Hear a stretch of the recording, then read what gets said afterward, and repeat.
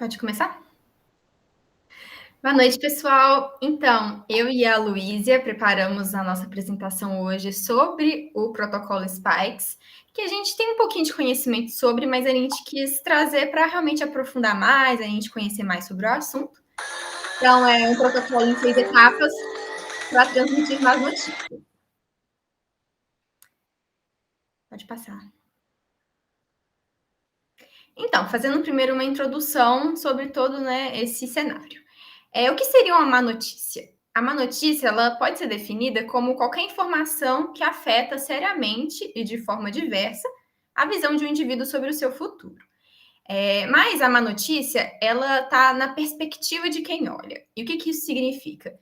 Significa que a gente não pode estimar o impacto de uma má notícia até que a gente tenha determinado as expectativas daquela pessoa e a compreensão dela sobre aquilo que ela está recebendo.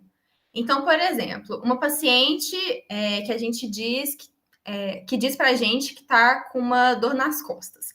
Então, quando a gente vai falar para ela, vai dar notícia de que essa dor nas costas é uma recidiva de um câncer no seio, quando ela estava esperando escutar outra coisa, como se, por exemplo, fosse uma dor muscular, uma coisa bem mais simples, ela provavelmente ficará chocada, né?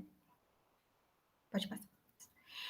Então, alguns inquéritos que foram realizados entre 1950 e 1970, quando as perspectivas do tratamento do câncer elas eram bem ruins, né? Era uma coisa assim bem sombria, revelou que a maior parte dos médicos considerava desumano e danoso para o paciente a revelação das más notícias sobre esse diagnóstico.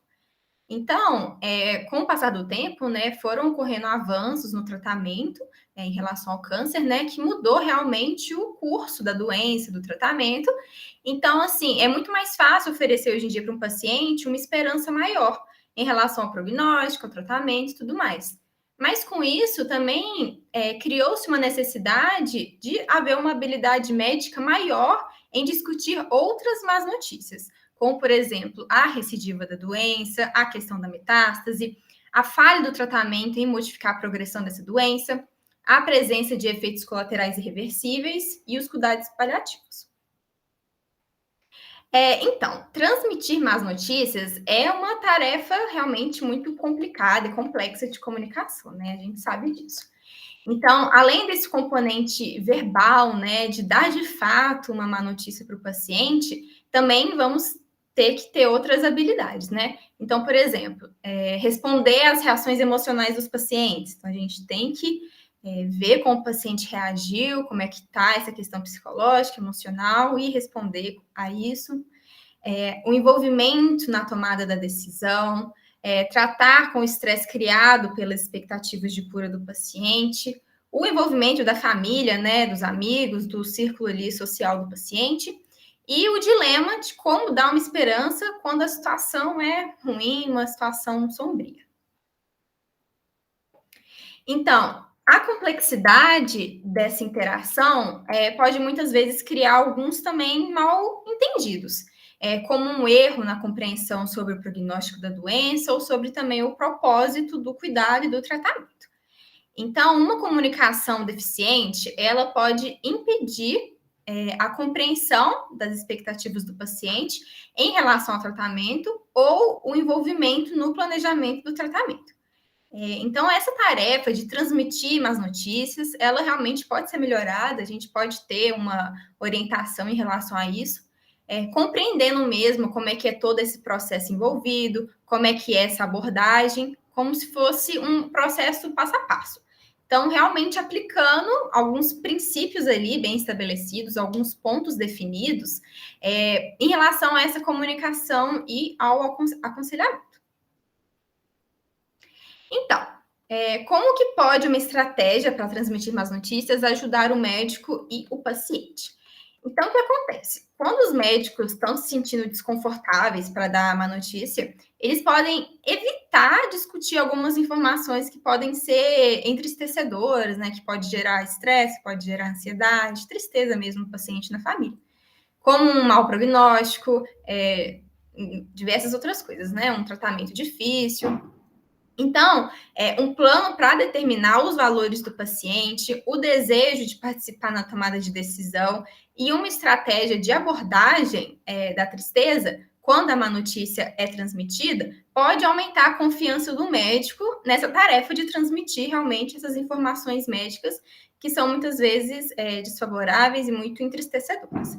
Isso também pode encorajar os pacientes a participarem sobre essas decisões que são mais difíceis sobre o tratamento. Como, por exemplo, quando há uma pequena probabilidade de um tratamento diretamente dirigido ao câncer que seja eficaz.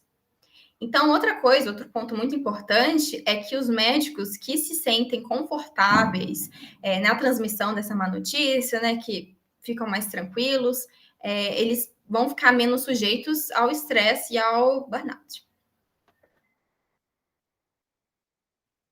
Então, em relação ao protocolo Spikes, né, que é o foco da nossa apresentação, o objetivo dele é habilitar o médico a preencher os 4 objetivos mais importantes da entrevista de transmissão de más notícias. O que seria isso? Recolher informações dos pacientes, transmitir as informações médicas, proporcionar o suporte ao paciente, induzir a sua colaboração no desenvolvimento de uma estratégia ou plano de tratamento para o futuro. Então, aqui nós temos o protocolo Spikes com as suas letras correspondentes, né? Que a gente sabe que cada letra corresponde a um dos passos. Então, a letra S corresponde ao Setting Up the Interview, o P, Perception, I, Invitation, K, Knowledge, E, Emotions e S, Strategy and Summary. Pode passar, por favor. Então, o primeiro passo, que é o Setting Up the Interview, significa planejando a entrevista. Então, o que vai acontecer? Esse ensaio mental seria uma maneira de realmente se preparar para aquela situação. Então, preparar para essa tarefa estressante que é dar a má notícia. Então, isso pode ser feito revendo o plano para contar ao paciente, como que você vai responder às reações emocionais do paciente, como que você vai responder as perguntas difíceis. Então, como mensageiro de más notícias, a pessoa, né, o médico, deve esperar, não, a pessoa que vai receber a notícia, ela deve esperar ter sentimentos negativos e se sentir frustrada ou responsável com isso.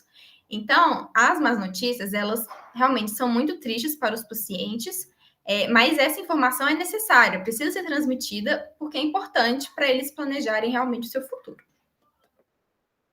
Então, orientações são muito importantes nesse primeiro passo, que é planejando a entrevista. Buscar uma privacidade. Então, o ideal é um consultório médico, né? Mas se no caso não tiver nenhum disponível, por exemplo, o paciente estiver no leito, puxar as cortinas em volta para criar realmente um ambiente mais privado, né? Com só você e o paciente. E também uma coisa importante que eles falam é você ter sempre lencinhos de papel ali à disposição, porque o paciente pode chorar. Então, para você oferecer também um consolo. Envolva pessoas importantes.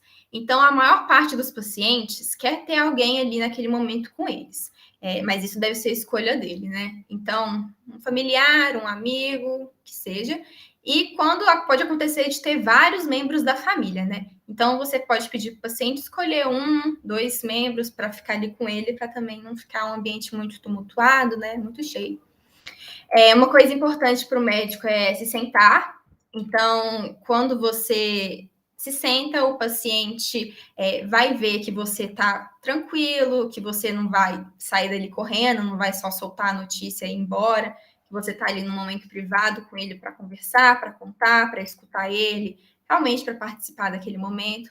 Então, você demonstra que não existe barreiras entre você e o paciente.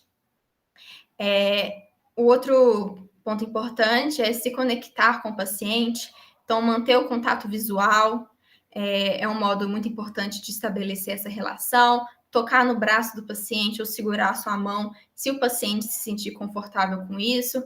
Então, dessa forma, a gente pode alcançar essa conexão maior com o paciente. Lidar com as restrições de tempo e as interrupções também, consequentemente, né? Então, você pode informar o paciente de alguma restrição ali de tempo que você vai ter, ou de alguma interrupção que pode acontecer, né, que pode ser esperada. Sempre colocar o celular, por exemplo, no silencioso, ou se tocar, pedir outra pessoa para atender, para naquele momento você ficar ali com o seu paciente, né? Dar importância realmente para aquele momento. O segundo passo, que é a perception, que você vai avaliar a percepção do paciente. Então, o que vai acontecer é que antes de discutir achados médicos, o médico vai usar algumas perguntas abertas para criar ali um quadro, perceber como é que o paciente percebe aquela situação toda. Então, algumas perguntas, né, abertas vão ser feitas, como, por exemplo, o que já lhe foi dito sobre seu quadro clínico até agora? Qual a sua compreensão sobre as razões por que fizemos algum exame, por exemplo, a ressonância magnética? Então, baseado nessas informações, você, naquele momento, pode corrigir desinformações e moldar a má notícia para a compreensão do paciente.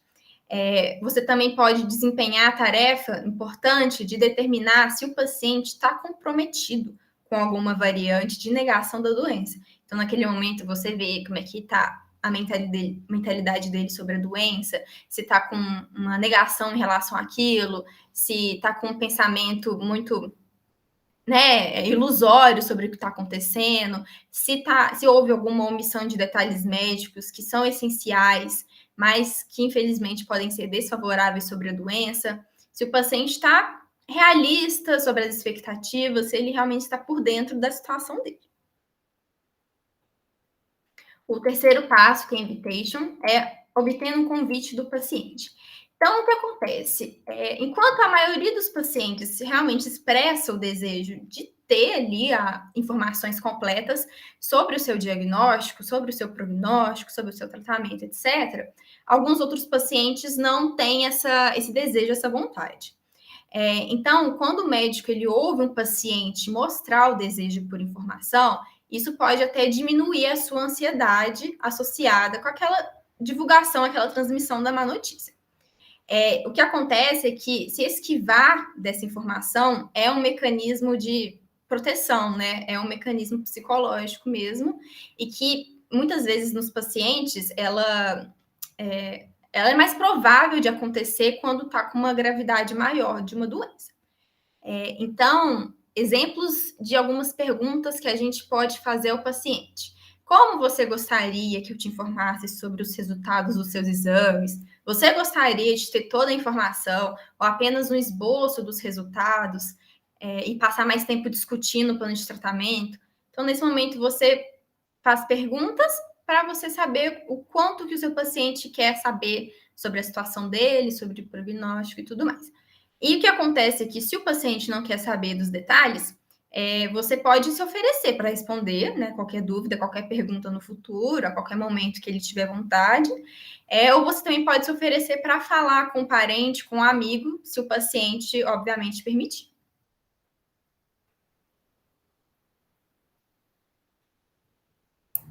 Bom, gente, igual a Sofia está contando para nós, primeiro a gente consegue esse convite, né? Para o paciente querer escutar sobre o diagnóstico dele, o que está acontecendo. Então, a partir disso, a gente chega para a quarta etapa, que é o knowledge, que é dando conhecimento e informação ao paciente. É importante nós avisarmos que a notícia uma má notícia está por vir, porque isso já foi provado que diminui o choque da pessoa e ajuda ela a processar o que está acontecendo. Então, assim, existem algumas frases que a gente pode começar que já dá essa ideia para a pessoa, como se fosse para se preparar mesmo, né? Então, por exemplo, infelizmente eu tenho más notícias a lhe dar, ou sinto ter que lhe dizer que, são formas que o médico pode começar essa parte das informações. É muito importante manter a conversa no nível de compreensão e vocabulário do paciente, mas também, né, tomar cuidado com os termos técnicos, mas também não usar termos chulos, tentar ter uma linguagem clara que a pessoa consiga entender qual que é aquela situação que ela está vivendo. Evitar também uma dureza excessiva, né? Eu sei que dentro da medicina a gente está envolvido com os termos, com o conhecimento técnico, mas nessa hora entender que aquela pessoa está sofrendo um baque na vida dela e assim a gente precisa, né, ter essa solidariedade, essa vontade assim de ajudar aquela pessoa naquele momento.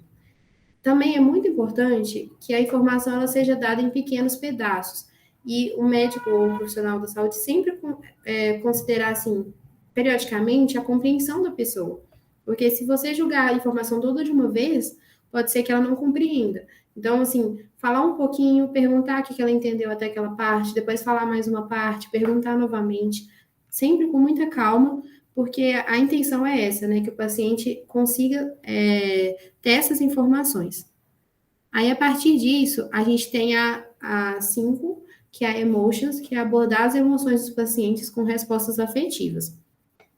E acho que responder as emoções é um dos maiores desafios dessa parte de dar uma notícia ruim para o paciente, porque é muito inesperado. Nós nunca sabemos como que a pessoa vai reagir. Existem diversas formas que a pessoa pode ter como resposta na hora de receber uma notícia ruim, seja o silêncio, incredulidade, o choro, negação, ela pode ter um acesso de raiva. Enfim, muitas são as opções e o médico está ali, né, para oferecer esse apoio e solidariedade. Então, diante disso, existem essas 4 etapas para você entender as emoções do paciente. A primeira coisa é observar realmente a emoção dele e ver, por exemplo, sinais, as lágrimas, o olhar de tristeza, aquele olho assim vidrado, como se estivesse em choque. Realmente observar como que o paciente está. Diante dessa observação, você vai identificar a emoção e nomear para si mesmo. E se o paciente estiver calado, for uma pessoa mais fechada, você começa a fazer perguntas abertas para tentar entender assim o que ele está pensando, o que ele está sentindo. E depois disso você vai identificar a razão da emoção. Assim, obviamente, normalmente é a má notícia que você está dando, mas pode ser que você tenha dúvida ou que tenha algum motivo a mais. Então, você vai. É interessante fazer outras perguntas para poder entender o que o paciente está pensando. E depois dele ter esse tempo, é importante ele ter o tempo para expressar esses sentimentos. Ele precisa, né, colocar para fora, digamos. Então, depois disso, fazer algumas perguntas, algumas afirmações. E dentro do protocolo Spike, nós temos algumas afirmativas que eu vou até falar para vocês. Por exemplo, afirmativas afetivas. Posso ver como isso lhe entristece. Percebo que você não esperava por isso. Sinto ter que lhe dizer isso, que foi aquela que eu já comentei com vocês. Isso também é muito difícil para mim. E também existem essas perguntas exploratórias, que quando você quer descobrir o que o paciente está pensando. Então, pode ser, o que você quer dizer? Conte-me mais sobre isso. Você poderia me explicar o que você quer dizer? Você disse que isso lhe assustava, né, para conseguir remeter o assunto quando o paciente falou que tinha medo. Você pode me dizer o que lhe preocupa nessa situação? Tudo são perguntas para explorar realmente o que o paciente está sentindo. E também existem essas respostas que reasseguram. Por exemplo, posso entender como você sentiu. Imagino que qualquer um teria a mesma reação para ele se sentir acolhido, né? Você estava perfeitamente correto em pensar dessa maneira. Todas são essas afirmações para poder interagir com o paciente. Porque até que a emoção se desfaça, é difícil a gente prosseguir com a discussão, né? Então, enquanto essa emoção não diminui, contar com essas respostas afetivas, igual a Sofia já tinha comentado, dependendo do nível de interação, assim, às vezes tocar na mão do paciente, se sentir que é pertinente, ter esse carinho, essa solidariedade com a pessoa. Também é possível que o médico, assim como eu falei com vocês, eu dei alguns exemplos, ele mostra sua própria tristeza. Por exemplo, eu também queria que as notícias fossem melhores, e mostrar que ele realmente se compadece daquilo que está acontecendo. Quando as emoções não são expostas claramente, igual eu falei com vocês, quando a pessoa é mais fechada, é interessante fazer essas perguntas para ver se ela consegue se soltar e contar um pouco do que ela está pensando, para depois você analisar qual que é a resposta afetiva mais adequada para aquele momento, né? E aí, diante disso, a gente chega na 6ª etapa, que é a Strategy and Summary, que é a estratégia em resumo, que é praticamente recapitular tudo que aconteceu e planejar os próximos passos, normalmente o tratamento. Porque o paciente, quando ele tem um plano para o futuro, ele diminui a sua ansiedade, ele fica menos inseguro do que quando ele está realmente assim no escuro, né? Sem saber o que vai acontecer. Mas é importante que ele esteja preparado para a discussão. Então, devemos perguntar para ele, perguntar se ele realmente quer conversar sobre o tratamento naquela hora, ou se ele prefere marcar um outro horário, um outro dia, por exemplo. Porque o tratamento, ele é um compartilhamento de responsabilidades, né? O paciente ele vai precisar atuar junto com o médico, não é só o médico mandar ele fazer isso, isso, isso. Ele realmente precisa estar ali ativamente. Então, ele tem que estar bem para escutar sobre isso. Então, é importante o médico ter toda essa abordagem. Então, é isso, gente. O protocolo SPY que eu até coloquei aqui para vocês, ó. Esse resuminho. Primeiro, planejar a comunicação, depois avaliar a percepção dele sobre a doença, depois avaliar o desejo do paciente, anunciar com delicadeza que mais notícias estão por vir, abrir espaço para a emoção e depois traçar as estratégias. E é uma coisa que a gente vai conseguir, né, ter muito acesso dentro da oncologia, muito necessário no diagnóstico do câncer. E essa aqui foi a referência que a gente utilizou. E agora a gente separou um vídeo, passar para vocês rapidinho, sobre uma simulação que eles fizeram, acho que foi uma faculdade, num trabalho, só para a gente ter uma ideia. Depois vocês me falam se estão conseguindo escutar.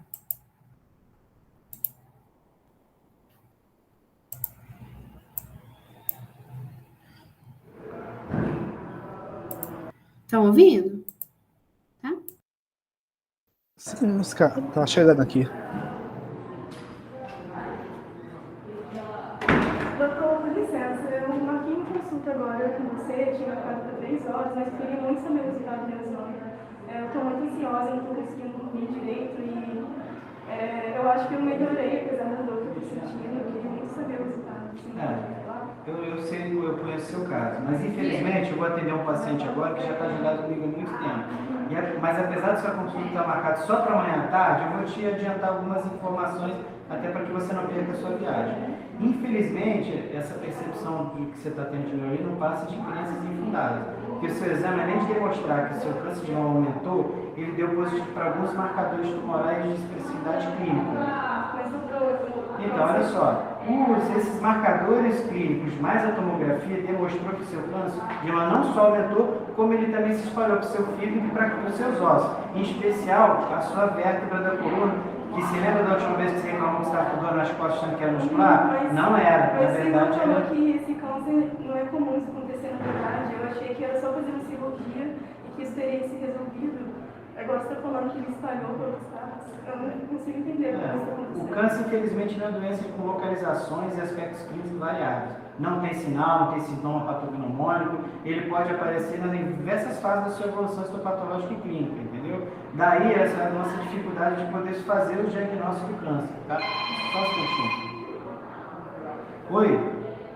Já estou indo. É porque uma paciente aqui me parou para dar algumas informações com relação ao exame dela, mas eu já estou indo. Um minutinho mais eu já estou indo aí já, tá? Avisa aí para eu esperar. Bom, onde a gente estava vendo só metástase, né? Então, o câncer de mama ele é muito específico, tem sinais e sintomas claros. Por isso que a gente ensina vocês a fazer o exame da mama. Só que da última vez eu te passei o exame, você demorou para olhar. Eu achei que eu teria melhorado. Eu achei que eu teria melhorado já. Então, eu sabia que era tão grave assim. Aí você comprometeu o seu tratamento e sua possibilidade de cura. E aí o que acontece agora? Você vai ter que arcar com as consequências. Nem eu, nem a medicina a gente faz milagre. O mais importante agora é a gente respeitar o tratamento e você, eu queria que você marcasse uma sessão já de quimioterapia com a minha secretária para já começar amanhã.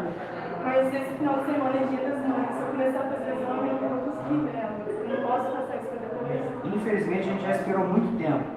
A gente tem que respeitar o tratamento para evitar o máximo de dano possível. Eu creio que a gente, senão, vai poder viajar com sua mãe. E você tem que entender o seguinte, a partir de agora, você tem que se adaptar ao câncer, não o câncer se adaptar a você. Senhor, eu acho que isso é importante, porque no ano que vem eu faço nada. Vou ser muito honesto com você. Pacientes com o seu caso, nesse estágio, não duram mais do que 3 meses. Porém, se você respeitar certinho o tratamento que eu estou fazendo para você, pode ser que você dure até mais do que 3 meses. Mas planeje sua vida, porque muito honestamente, você não dura mais do que 1 ano. Agora você me dá licença que realmente eu tenho que ir, o paciente está me esperando, tá bom? Tchau.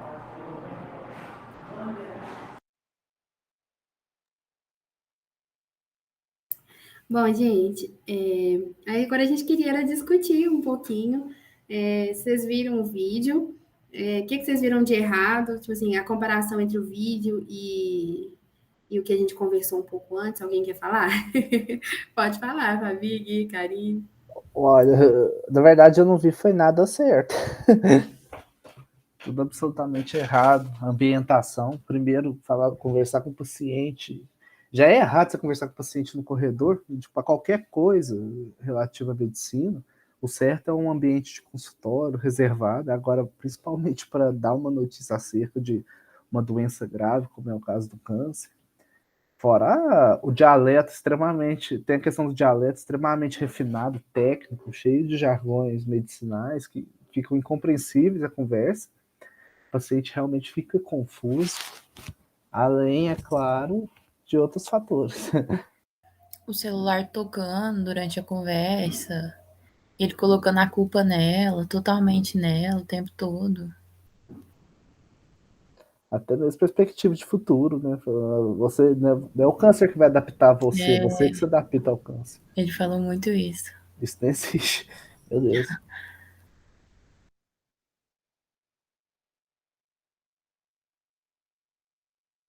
Certo, gente, acho que vocês falaram, é isso mesmo. Primeiro, ele não planejou aquilo. Normalmente é o que a Sofia falou, planejar o lugar, né? Às vezes pedir a secretária para não ser incomodado, desligar o celular ou deixar no mínimo silencioso, né?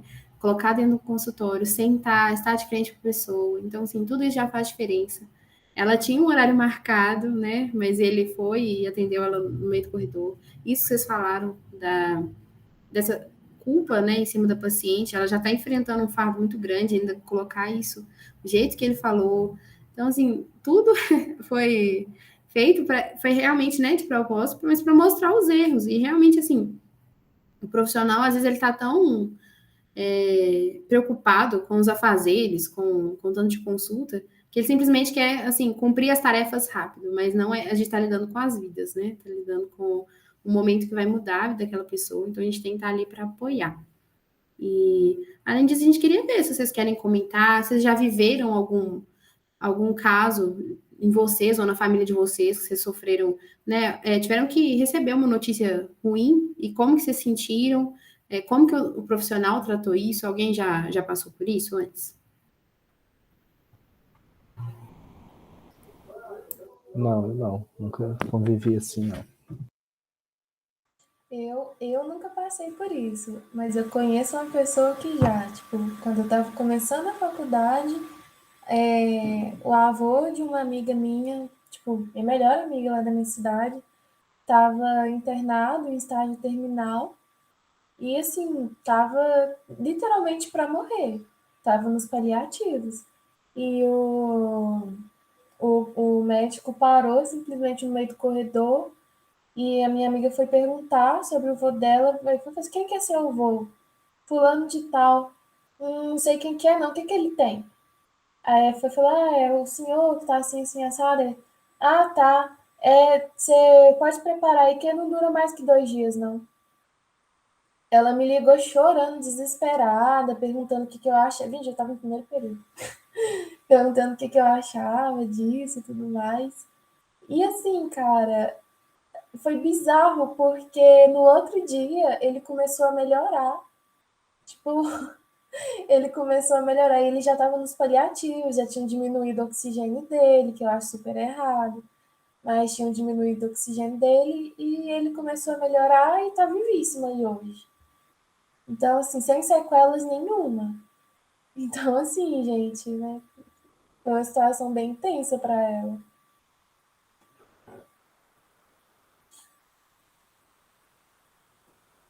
É muito difícil, né? Nossa. Eu também já tive da minha avó, ela estava na UTI, ela já tinha dado um AVC, aí depois de 10 anos ela deu outro.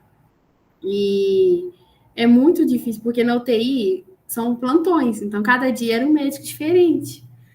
Então, assim, não tinha uma constância, você não conseguia ter um relacionamento com o médico, cada dia era um, e cada um dava notícia de um jeito. Então, assim, já chegou o ponto de eu ir lá e falar assim, ela vai ser um vegetal e não sei o quê.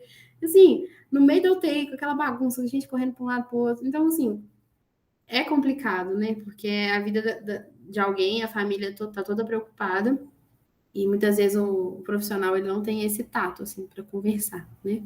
Sofia, você quer acrescentar mais alguma coisa? Acho que é isso. Eu achei interessante o caso que a Fabi contou, que a gente não, a atitude do médico, né? Não pode, acho que nunca, tipo, como fala, tipo,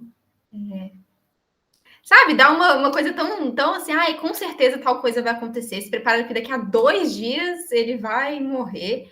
Olha como é que as coisas são, né? Tudo pode mudar. Querendo ou não, o corpo humano, né, responde de formas tão diferentes em diferentes momentos. Pode acontecer uma reviravolta, o que foi, e você realmente bater o pé e falar que tal coisa que vai acontecer. Olha o impacto que isso gerou na família, né, na amiga da Fabi.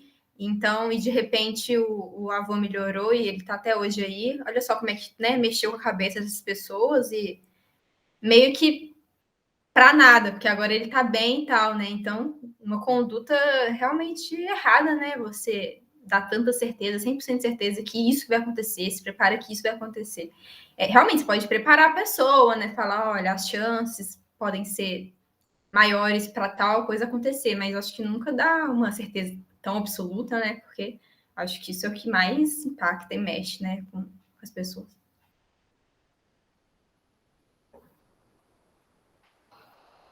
Mas acho que era isso que eu e a Luísa queríamos trazer na nossa apresentação hoje. Foi mais Obrigada, curtinho, gente. né? A gente achou que era legal, era um tema legal, a gente não é tanto algo tão discutido, né? Então. Foi muito bom. Muito bom. Obrigada por ter trago esse tema.